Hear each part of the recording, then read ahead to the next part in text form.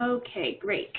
So just for the sake of the recording, can you go ahead and state your name and affiliation? Yeah, my name is Nicole Errett, and I'm with the University of Washington School of Public Health. Okay, great. Thank you. So to start, would you please tell me a little bit about your professional background? Yeah, so I have a PhD in health and public policy and postdoctoral training in coastal community resilience. Before I became an academic, I worked in emergency management and public health practice in Baltimore City starting as an emergency planner, and I left as the director of policy and special projects and policy and legislative director. I then went on to work at the Department of Health and Human Services as a special assistant to the Assistant Secretary for Preparedness and Response during the 2014-2015 Ebola crisis. When I moved out to Seattle, I worked as the evaluation and assessment manager at our regional healthcare coalition, the Northwest Healthcare Response Network. And I do a lot of applied policy relevant research about health in the context of disasters. Okay. All right, so you're pretty familiar with, some of the types of things that we're seeing and how to navigate that. Some of them. I think a lot of this is new to everyone. Yeah, of course. Yeah. Okay, so when and how did you get involved with research on disasters?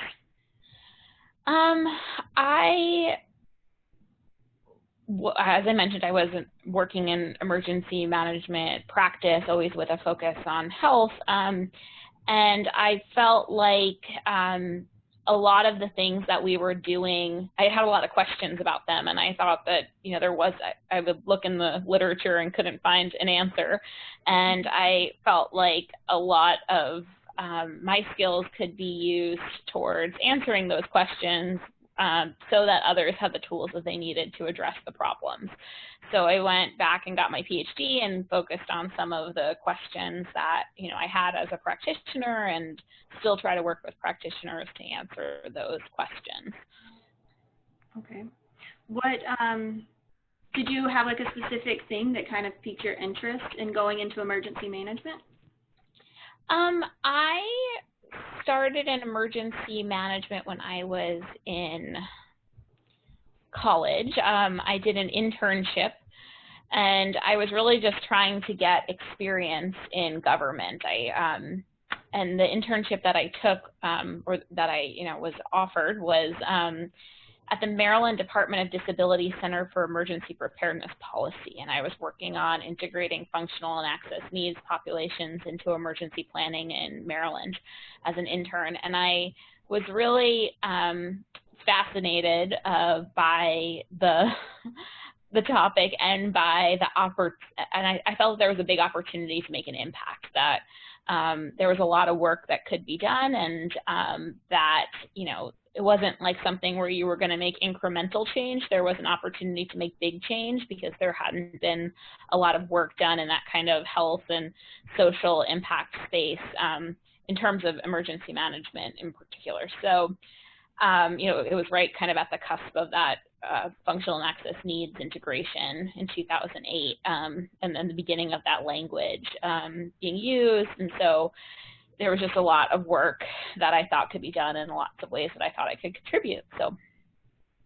Okay, that's cool. So you said that you kind of, you focus on like public health and emergency management and those types of things. Is there any other way that you specialize in certain types of disaster research? I'm an applied policy analyst by training, so my work looks at the development, implementation, and effectiveness of policies and programs that influence health in the context of disasters. So I do some applied policy analysis. I do plan analysis. I try to look at decision making and decision making information needs. So my work is almost always about the policy process or about policies themselves and, what's out there, what are people doing, why, and what are their kind of ongoing needs to, improve policy development in this space. So you've moved, right, from one coast to another. Is there what kind of seminal disaster event that really shaped your way of thinking about disasters? I don't think so. I don't think there was one event that has shaped my thinking in particular. I think, it's a lot of different events and seeing recurring issues across events that is where my interests are spiked. How do you kind of think about what are solutions to recurrent problems and what are policy and planning gaps that we're seeing across different events?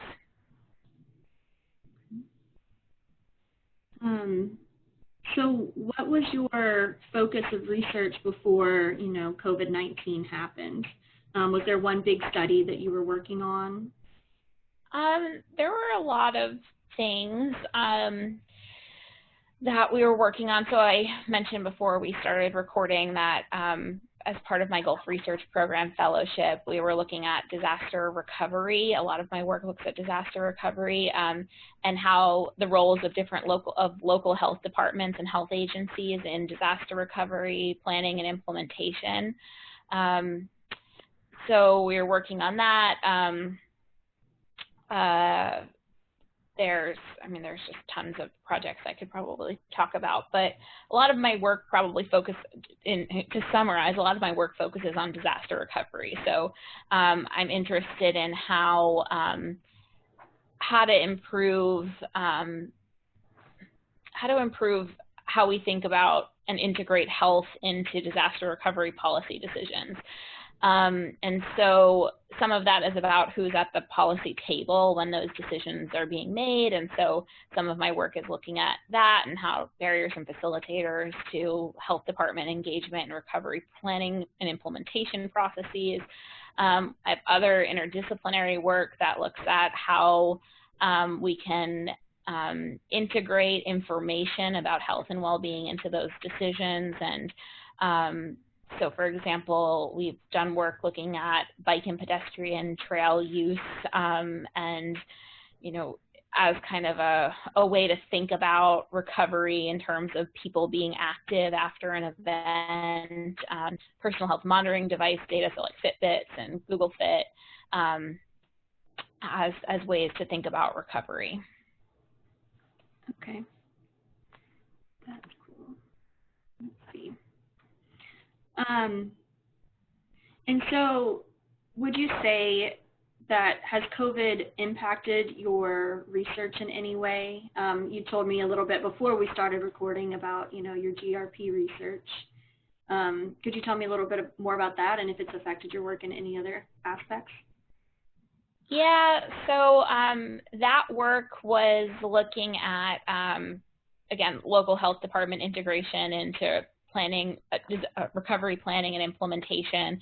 And we had planned to do some key informant interviews and surveys with local health officials in Gulf states. And so because those health officials are so involved with coronavirus, we didn't end up we have the tools, the IRB, the protocols, but we didn't actually send out the data collection instruments or do the interviews because we didn't want to, interfere with their time that they were supposed to be, or that they were dedicating to their response.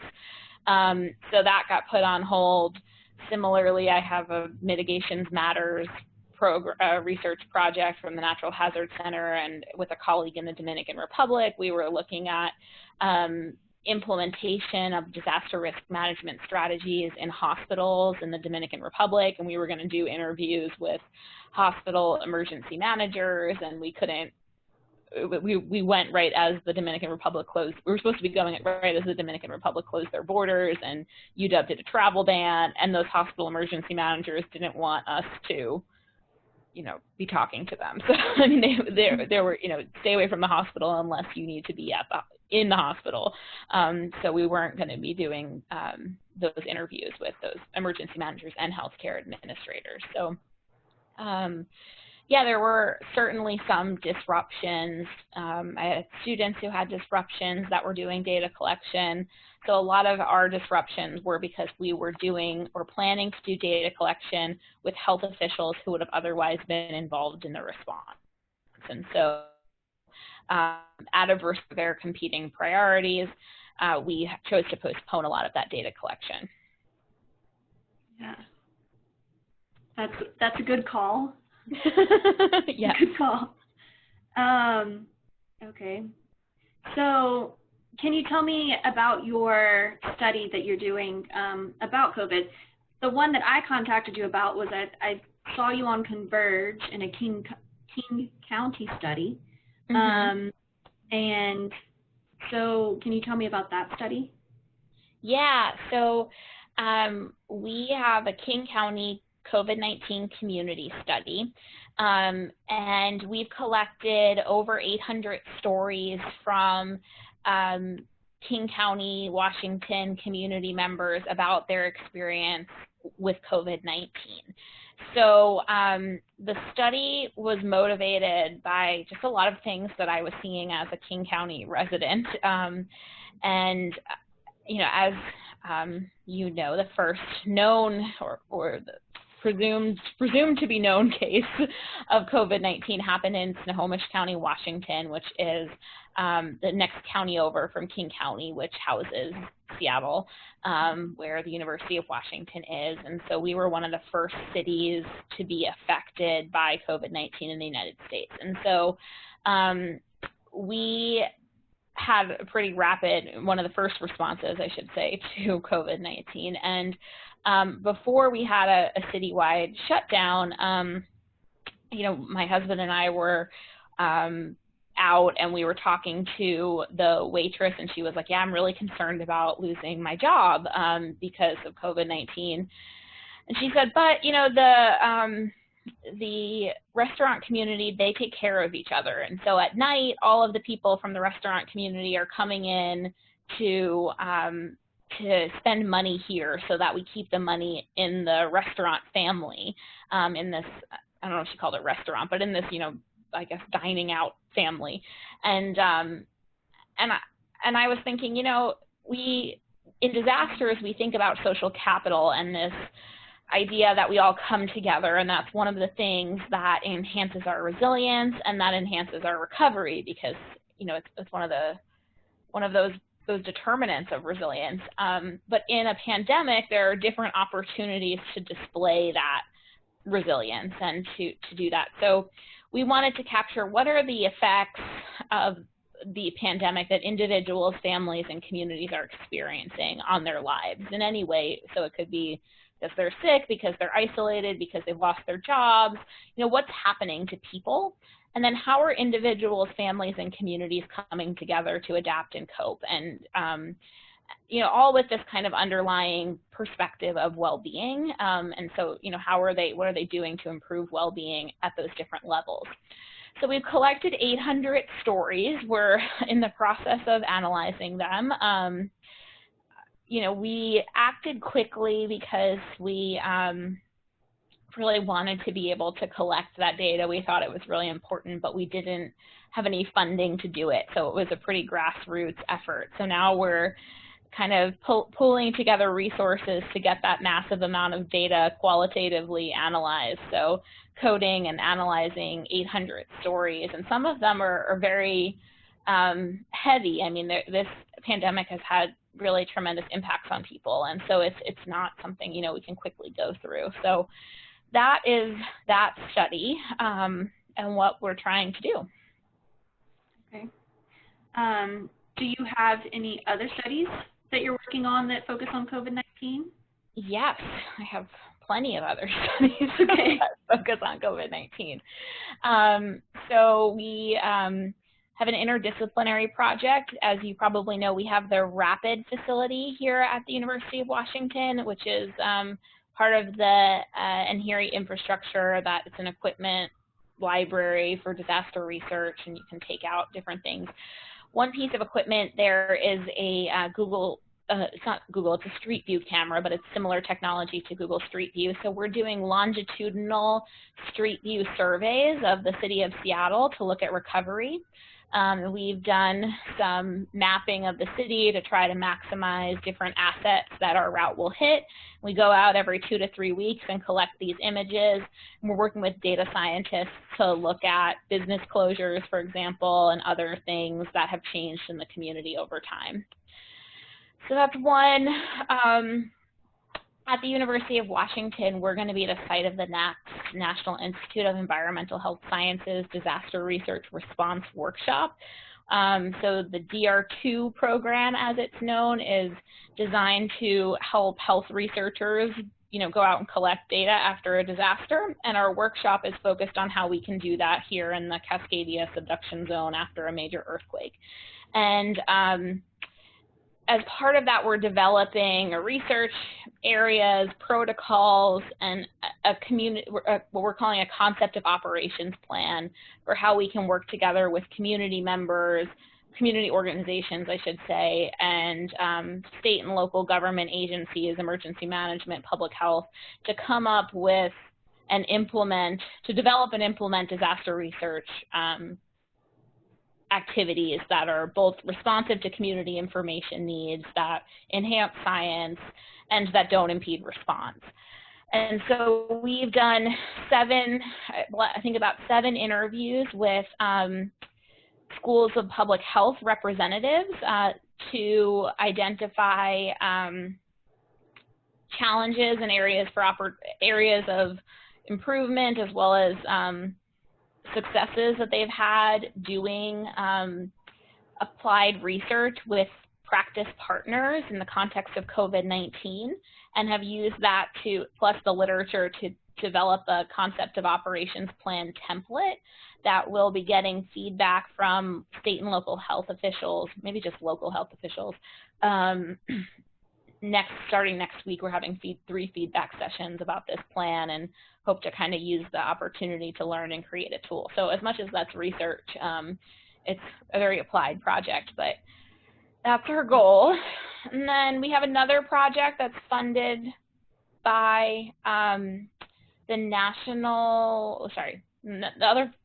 project's funded by the Population Health Initiative, which is University of Washington presidential kind of program to do interdisciplinary research in health.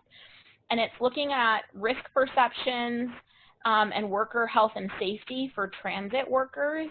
Specifically, we're looking at bus drivers or bus operators, bus or rail operators, and app-based drivers, so Lyft and Uber drivers. And we're doing surveys that link risk perception and worker safety and health for both bus operators or rail operators, as well as app-based drivers in the Puget Sound region, which is our area around Seattle. And then we're doing key informant interviews with managers and city and county officials and others to identify opportunities to implement what we call occupational health controls to improve health and safety for these folks, these workers. So that's another, we're looking at bike and pedestrian trail use. I mentioned we did that for recovery in other contexts. So we've looked at bike and pedestrian trail use following Hurricane Harvey. We've also looked at that after wildfire smoke events in Seattle. And now we're looking at bike and pedestrian trail use in a few cities across the country relative to implementation of non-pharmaceutical interventions. So things like the shutdown, park closures, and looking at changes over time. That's another interdisciplinary project. What else is there? There's more that will probably come to me. Wow.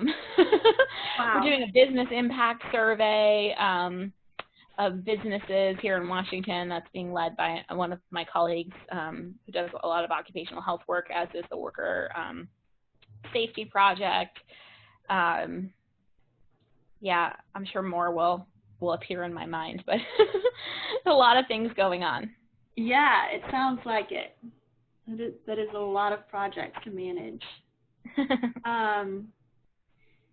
Okay, so I guess I'm trying to think if we should just focus on one study or just kind of, for the sake of your time, just kind of, focus on one study, or if you just want to give me an overview. I'll let that be up to you, whatever you want to do.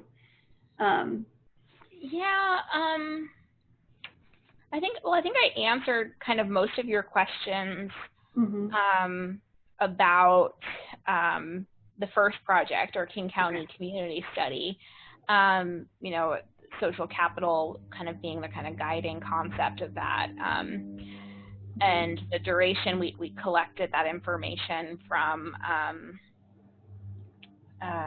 up until the middle of May, I think. I might have to get back to you with the exact dates, but we did it, the governor kind of kept extending the lockdown period, and so, or our Stay Home, Stay Healthy order, it was called. And so we kept that going until the end of that. And so I'm not exactly sure what the end date was, but early on. And so we've discontinued data collection, and now, as I mentioned, we're working through the analysis. So we're hoping to have the analysis done this summer and write it up this fall. Okay. The other probably project of interest, or that is most exciting, is the Street View project. I feel like a lot of people are very interested in that project. And that we spent a lot of time thinking about what the project was going to accomplish and how we could look at it. So we actually looked at resilience theory and looked at different capitals that are known to influence resilience. So we looked at things like economic capital, social capital, obviously, cultural capital, and we created another capital, or I did, called health capital. And usually it's, social, or kind of, depending on how you look at it, whether you're thinking about a hospital as a business or something that takes care of humans. But we called it out as its separate and known capital, and then built capital. And we then, within those capitals, identified things that that we knew based on our experience and read of the event, were being influenced heavily by COVID-19. So, for example, in economic capital, small businesses and restaurants. And cultural capital, all of our tourist sites, our libraries that were closed, our museums, parks that were being used. And so we did this within each of the different capitals.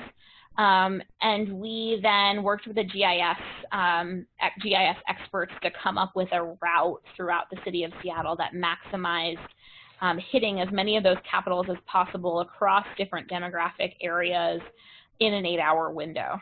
And so we mapped all of them, and then, they kind of tried to figure out what is the best way to do this. And some of it is, we tried to be as replicable as possible, but then there are certain things, like when you're going into the map, where you have to, turn around in a tiny little dead-end street that adds, if you're doing that 20 times, for example, driving up to the entrance of a school, you have to go into the school and then turn around. If you do that, 25 times over the course of a day, you lose a half an hour at least of driving time. So we tried to do it replicable, but there was certain tweaks we had to make. And then we also decided, so there are these things that we're thinking we know going into this and looking at it, but there's probably some things that we'll learn inductively. So like just by seeing the pictures and the images over time. So we decided to do a neighborhood canvassing route. So we're just going almost street by street, a little bit less, in particular neighborhoods that have different social and economic characteristics, to see what's happening on those streets and in those communities. And so we kind of did this, theory-grounded approach, and then this open-ended approach to, make it so that we could learn as much as possible. And part of it is to also learn about how to do this next time, like what are some ways that we can make this a potentially useful reconnaissance strategy.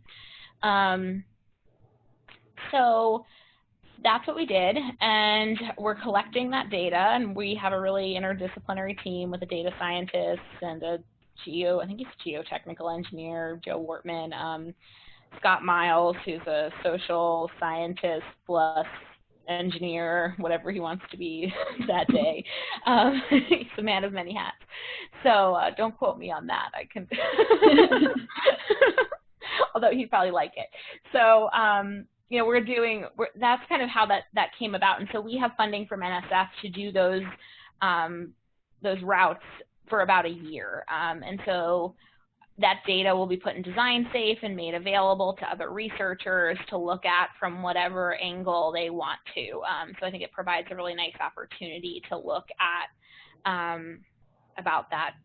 to look at, you know, how a community recovers from a pandemic. And I think, you know, if we're going to look at it that way, we're going to have to do more of these routes, but we're going to have to figure out funding to do that in the longer term. Okay. So for these two studies, you've mentioned the types of theories and the concepts driving these studies. Has this changed or been adapted from your previous work? Have you had to approach it differently? So I think a lot of my work has focused on recovery. So I think a lot of the thinking is the same, at least in the last project I was talking about. And some of, you know, I work with Scott Miles and our data scientist, Young Jin Cho, a lot.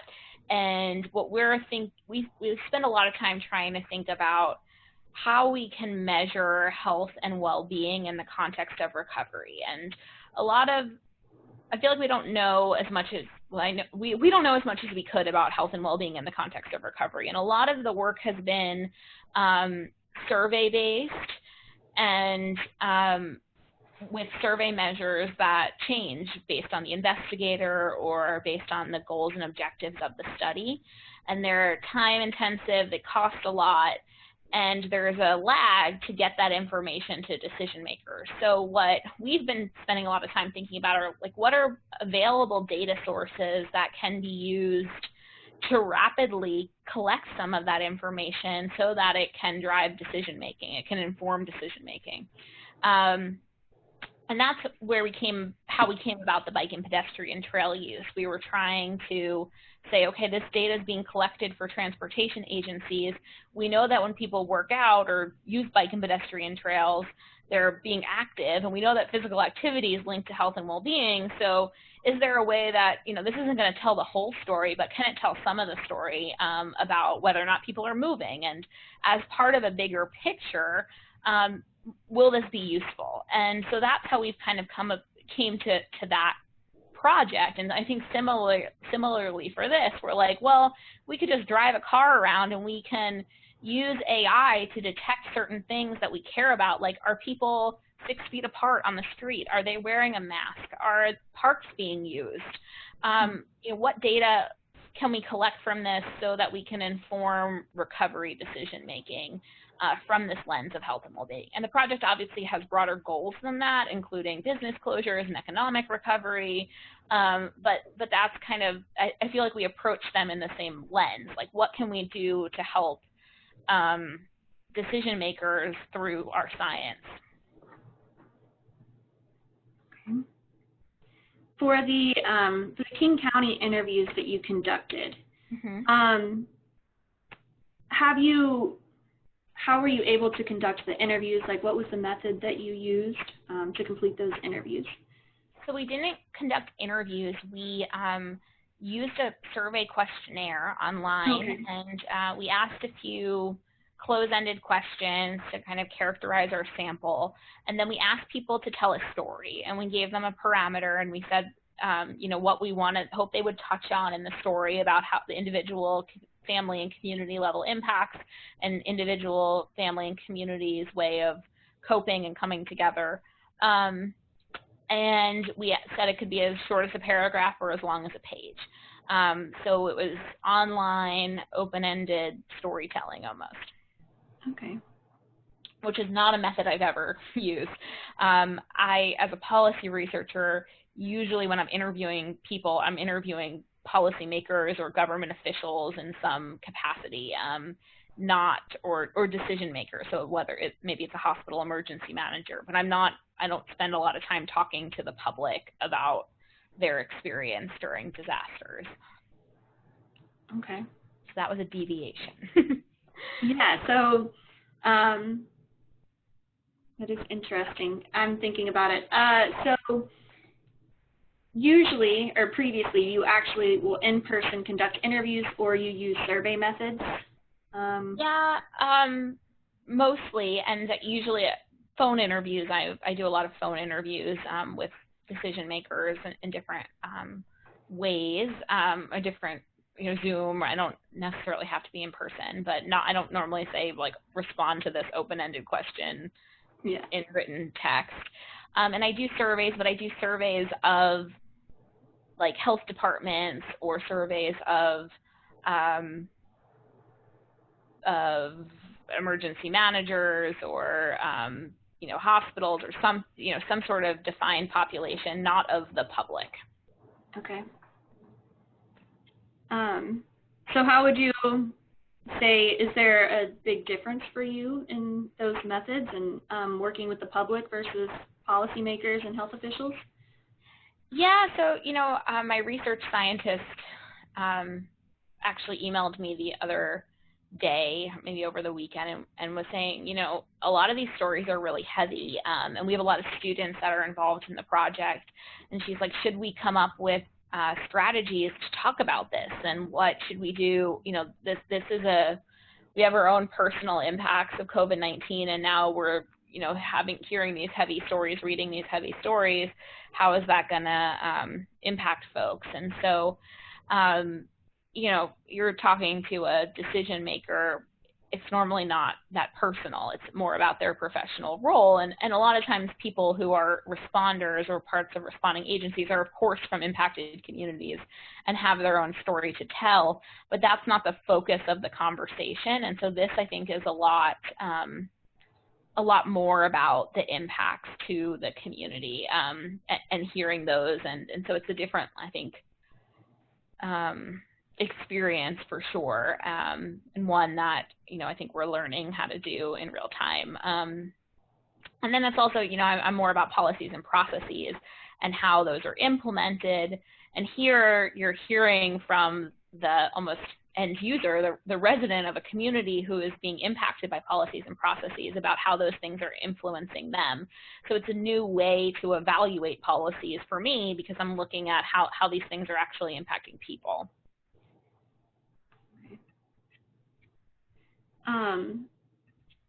So what are your goals for this study, for the King County study, and what do you hope to learn and accomplish with it?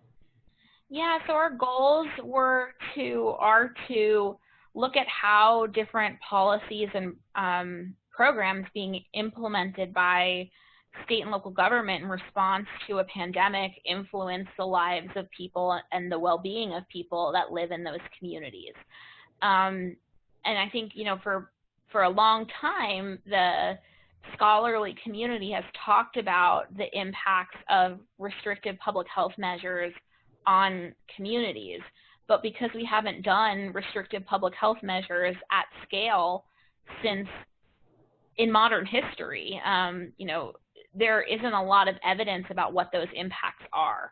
And so we really wanted to get some really context-specific information about what are those impacts, as well as what are ways that communities can become more resilient. What are examples of that that can be used to study in future events or in different waves of this event? I mean, we asked very open-ended things, so we're not going to systematically assess anything in particular, but I think what we can do is develop a framework about potential impacts and opportunities for resilience, or adapt existing theories for the specific context of COVID-19 and pandemics overall.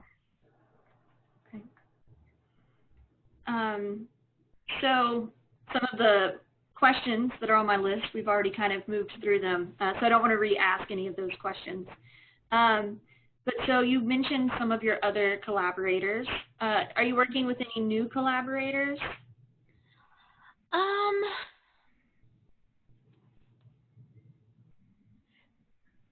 That's a good question. And I guess my answer is no. I mean, so Joe Wortman, who's the PI of the Street View study, we haven't, I guess, actually collaborated before, but we have, we've discussed ideas, and so I should back up and say, I mentioned we're hosting that big NIEHS workshop on campus for disaster research response. So we had been meeting since November before COVID-19 and had been in preliminary discussions with NIEHS from way before that. So while that's not a research project, pretty much everyone who's doing hazards or disaster research, anything related to earthquakes on campus is involved in that in some way. There are some exceptions, but there are a lot of folks that are involved in that. And then we also have a NSF Coastlines and People Research Coordination Network at UW, again, focused on coastal hazards as it relates to our subduction zone risk. So other people are involved in that. And there has been historically, when I arrived at UW, a former NSF project called the M9 Project, where a lot of those folks had worked together. So while we don't have active research projects, we collaborate and coordinate through that research coordination network and through this workshop planning.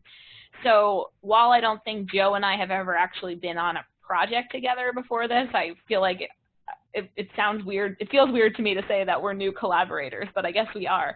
But everyone else I've worked with on some project before. Okay. So I located you and identified you as a participant through Converge. What role has Converge played in facilitating your current research, if it has? I don't know that it has directly. So I guess Lori did that Converge meeting at some point where a bunch of us gave like a 2-minute spiel about what we were doing, and I talked about this project. I'm not sure if that was the meeting you were at. So I guess it brought us here together today. And then I think, I had a lot of interest in that. I think even before that, I've probably met folks through Converge that I've had the opportunity to. So I don't know that it directly provided support. I didn't, unfortunately, have a lot of time to engage in the different work groups because so much has been going on. But I think that what Converge does is bring us together as a disaster and hazards research community.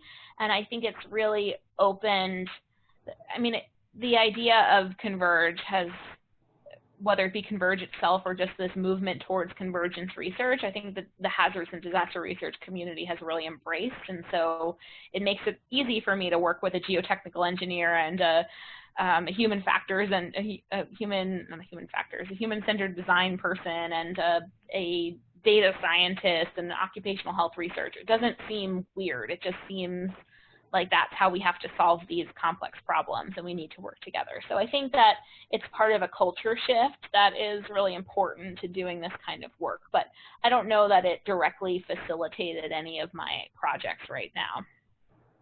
Okay. We've talked a little bit about some of the challenges that you've faced, and, with your GRP study and that type of stuff. What do you anticipate, or have you come into contact with any challenges associated with conducting these COVID-19 studies? So I think funding is one of the challenges. I mentioned that with our King County COVID-19 community study. We did that because we felt it was an important opportunity that shouldn't be missed, but we did it without funding, and now we're trying to figure that out because we want to make sure that the data we collected is put to use because people spend a lot of time and energy giving that to us. So I think, thinking about funding is obviously important.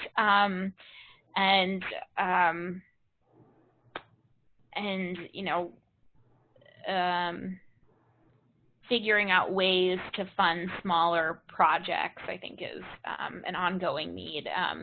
Even if I think a lot of money is put towards data collection, and so we'll give these Converge projects to do data collection, probably like you're doing. This is Converge funded, right? So like, we'll give you this money to collect this data. Well, what if we collected the data? So now what? Like, we need kind of this second step of funding. And that's also with this, our Street View project, same thing. We have money for data collection for that, and now we have to get into analysis. So how do we bridge those things and make it so that we can actually have funding to quickly analyze data as well as quickly collect data, given kind of the potential for a lot of this data to really influence response, and then obviously translate that to decision makers and help weed through the abyss of evidence that's being generated for COVID-19. I think other challenges, I'm going to mention some of them with our story collecting and kind of the fact that a lot of these stories have a lot of really emotionally charged information, lots of real impacts to people, and you know, I think that we as a hazards and disaster research community need to do better at preparing scientists with resources for mental health, just overall. And I know Converge has done a module on that, but you know, kind of mainstreaming that and thinking about that a priori is important. And then just kind of the logistical challenge with our Street View, we can't go out when it rains, and it's Seattle. So as we kind of move forward, it's beautiful now, and it should be until September, but you know, we tried to make it so that we were going out the same day of the week, the same times, to get that consistent data collection, but we can't go out when it rains. So if we tried to do Friday so we could capture, you know, evening restaurant goers and that kind of stuff, but if it's raining on Friday, we might have to go on Wednesday or Thursday, and so there are some of those challenges. Okay. What about, you know, the restrictions, the movement restrictions, and just like public health and government guidelines, and how has that changed over time? Have you noticed, you know, it was more difficult during this period of time or anything like that? I don't know. I mean, so I mentioned we're doing, for that project where we developed this concept of operations plan for doing public health research with practice-based partners. We sent out an invitation to health officials, and we partnered with a practitioner to send out these invites, so it didn't come directly from us, to give us feedback on these things, and we've had a tremendously positive response. And so I don't know if people are if they're getting more space because it's summer, and you know, or because they think it's really important or what, but you know, it does seem like there's maybe some more bandwidth for folks. I don't know how long that will last because of considerations going into the fall, but that is one, I guess, I don't know if it's something that I noticed, but it is, I guess, promising. Yeah, I mean, I haven't really, I guess, we haven't been doing any interviews with policymakers, so I haven't been able to notice any changes in any restrictions. University of Washington's travel restrictions have been extended. You know, we're going to be 90% online. We're all encouraged to stay home. So, you know, I think those things will make it challenging as we go forward, regardless. But okay. Let me think. I'm trying to remember the name of I'm wondering for specifically the Street View study, and depending on where that's located at, and did it have any impact whenever they had, I can't remember the name of like the occupation in that little small part of Seattle that was happening. Did that impact any of that research? Sorry, are you talking about the Chaz stuff? Yes, that's the name. I couldn't think of it. Yes, it did. And I actually don't know the complete details because I don't interface directly with the person who's driving that. But apparently there was some concern about those folks expressed by those folks about being videoed. And our goal before making that data available to others is to use software that blurs faces so that you wouldn't be able to see, and it's about 90% accurate, although there are, and then you can request if your face isn't blurred to be blurred, but anyway, we had some concerns, I guess, expressed about the car being around that area, so it moved back a few blocks in response. And then I think the other piece of this is just, you know, we have, I think we need to be cognizant of the workforce's ability to do a lot of research in this context. It's just, you know, students are actively engaged in ongoing protests. They, you know, are, it's been an emotionally really heavy year. And so, you know, while I may look highly staffed, I feel like, you know, a lot of people are balancing a lot of different things and being cognizant of those limitations and making sure that we're giving people room and space to grieve and to deal with what they need to deal with, and making accommodations for that and what we're expecting in terms of output. Yeah, I agree. So we're kind of moving into the more like personal life types of questions. So much like everyone else, your day-to-day life is probably being affected by the pandemic. What are some changes to your personal life that are impacting, you know, your professional life? I mean, actually, my personal life changes have been largely positive. My husband had been working in another city and has been able to work remotely, so he's been home, and we've been, you know, we had an apartment in another city, and we were able to close that down. So it's actually worked out well for me personally. I think the challenges of just working nonstop are one of my bigger problems. So it's, you know, I'm on Zoom from 8 to 5, or if I'm on calls with Geneva, from 5 a.m. to 5 p.m. So it's a lot of Zoom, and I mentioned this earlier, but like the things that you could potentially do in the hallway for 5 minutes now require you to schedule at least a 30-minute Zoom call, plus, you know, some whatever time you spent scheduling that. So a lot of, I think there are lots of benefits to being in person and to leaving your house, which, you know, we live in a pretty small space in a city. And so this weekend I went to my office because we're moving. Our offices are moving buildings, and I had to pack up my office. And I really realized how much I missed being there and missed being with my students and seeing people in the hallway and not being in the same space 24/7. But, you know, it's been fortunately pretty beautiful here, and the weather's been relatively good since the beginning of the pandemic.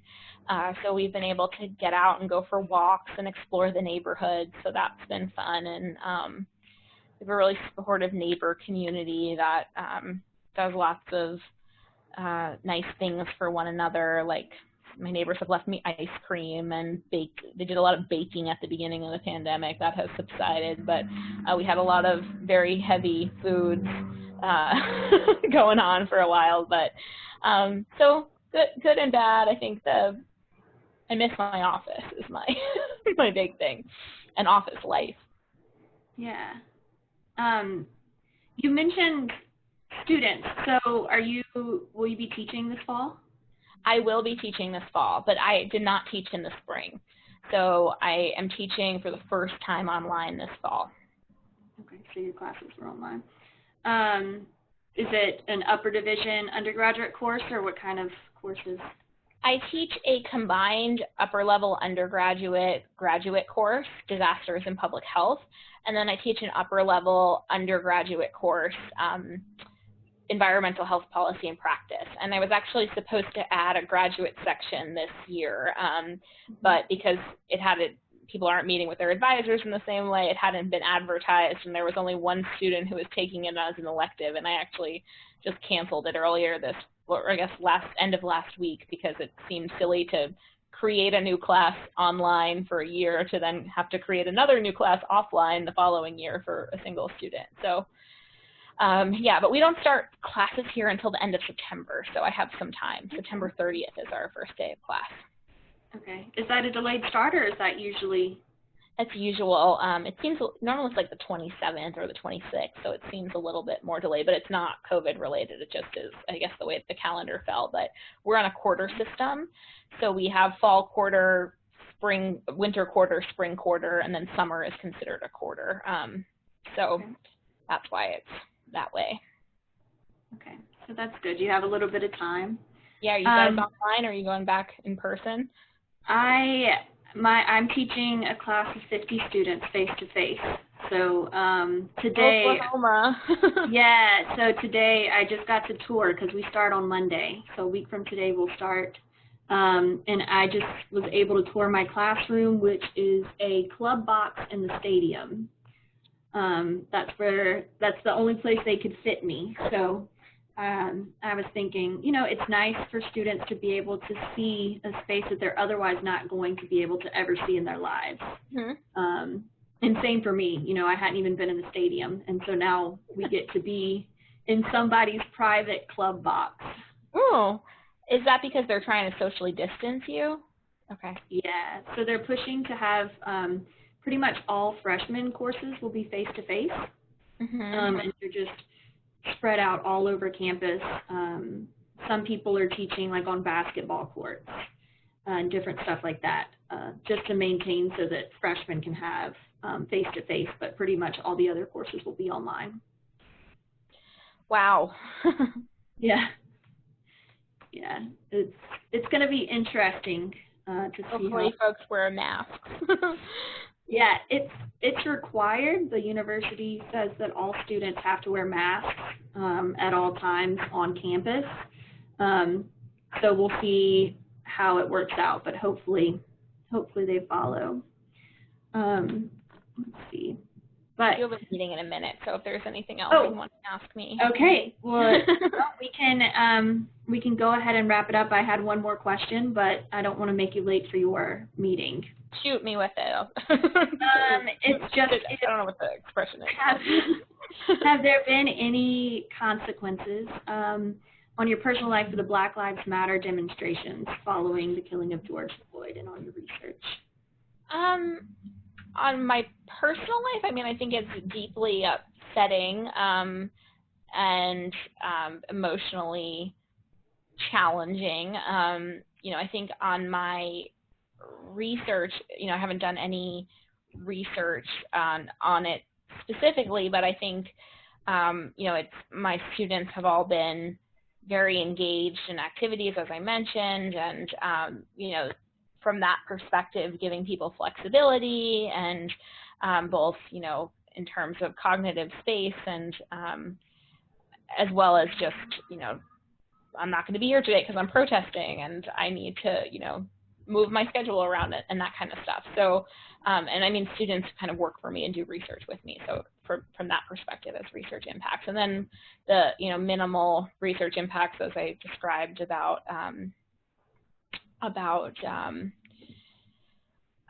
what's it called? About our street view and getting the street view. And then I think, you know, we're hoping to have a lab retreat, a research group retreat when classes started. And, you know, our lab was a signatory to the NADRI statement about racism and anti-racism.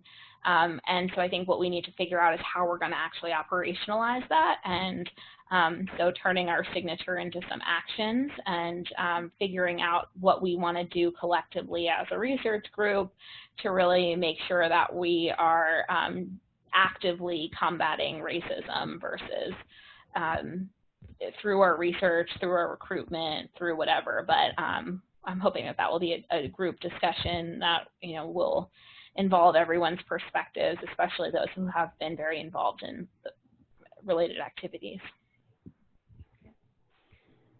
All right. Well, thank you very much for your time, and I really appreciate you agreeing to participate here, and I hope you have a nice rest of your day and your Zoom meetings go well. Thank you. You too. I hope it was helpful. Let me know if you need anything else. All right. Thank you very All right. much. Bye, Martha. Bye.